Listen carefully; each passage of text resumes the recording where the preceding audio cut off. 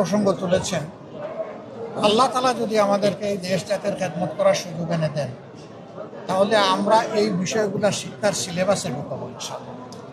এটা যেন আমাদের শিক্ষার অংশ হয়, কারণ মানুষের জীবনের সেফটিটা আমাদের কাছে সবার ঊর্ধ্বে। মানুষের নিরাপত্তাই যদি না থাকে তো জৌলস থেকে কি হবে ভাই? আমার গাড়ি আছে, বাড়ি আছে, সিনা আছে, খাড়ি, কিন্তু আমার নিরাপত্তাটা, যেখানে আমার কিছু দায়িত্ব আছে, সেটা আমি জানিই না যে এই নিরাপত্তাটা কিভাবে আমি নিশ্চিত করতে পারবো বা আমার করণীয় কিছু আছে। আমরা এই বিষয়গুলোকে শিক্ষার সিলেবাসেই ঢুকাবো, এটা হলো প্রথম কথা। দ্বিতীয় কথা হলো, এখন তো আর সবাই স্কুলে ভর্তি হয়ে লেখাপড়া করবে না, অনেকের তো বয়স হয়ে গেছে। তখন সামাজিক মোটিভেশনের মাধ্যমে আপনি যেটা বলেছেন, সেটা মিডিয়ার মাধ্যমে, বিভিন্ন সামাজিক অর্গানাইজেশনের মাধ্যমে, এনজিও যেগুলো আছে তাদের মাধ্যমে, মসজিদগুলোর মাধ্যমে, বিভিন্ন উপাসনালয়গুলোর মাধ্যমে, বা সমাজের বিভিন্ন ক্লাব আছে, ক্লাবের মাধ্যমে আমরা সব জায়গায় এগুলাকে চেষ্টা করব মোটিভেশনাল প্রোগ্রামগুলো ইন্ট্রোডিউস করব।